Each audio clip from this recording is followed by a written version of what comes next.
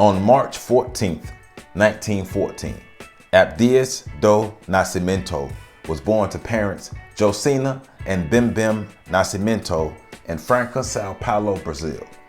As a child, Nascimento experienced racism on several occasions from Italians and Brazilians who did not identify with Afro-Brazilians or lower-class Brazilians.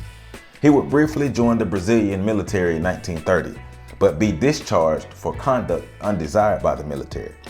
He began his journey as an activist by joining Brazil's first political party, the Frente Negra Brasilia.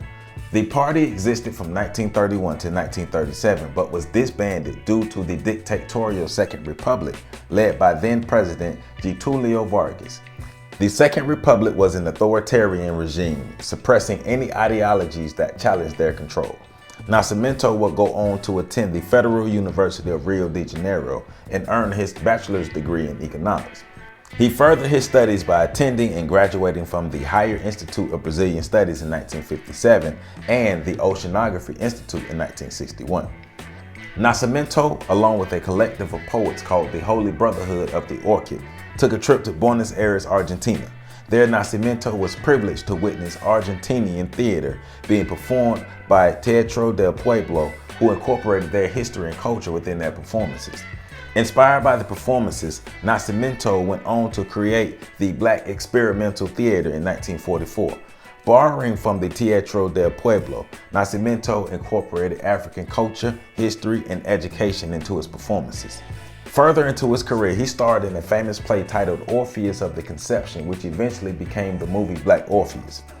The Black Experimental Theater also published a newspaper titled Quilombo after the communities created by the Africans who escaped slavery. Nascimento's activist spirit grew stronger and more creative as he found ways to incorporate his messages into the theater's performances. Democracy was Nascimento's battle cry as he and the Black Experimental Theater stood up for Afro-Brazilians against racism and unequal treatment.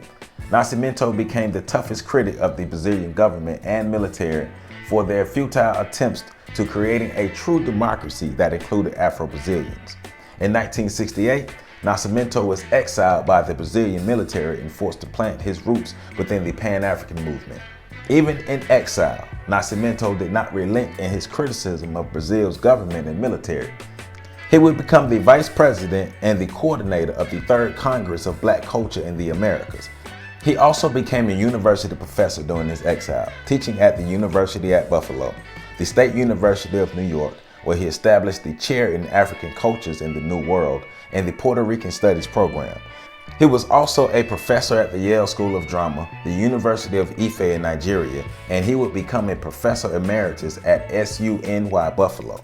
In the early 1980s, Nascimento would return to Brazil, a very popular man whose activism was undaunted by the exile. He opposed the appropriation of African culture, poor education, and interracial marriages. As a member of the Democratic Labor Party, he was elected to the Federal Chamber of Deputies in 1983. He served on the Senate from 1994 until 1999, and in 2004, he was nominated for a Nobel Peace Prize. In 2011, Abdias do Nascimento died at the age of 97, leaving a legacy that other activists who followed him could learn from. He used his art to promote African history and culture. His activism was used to protect Afro-Brazilians and earn human rights.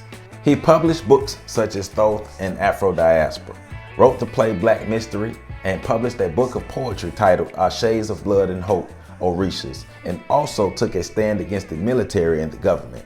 As a man who was proud of his African origins, Nascimento understood the importance of promoting his African roots to the next generation.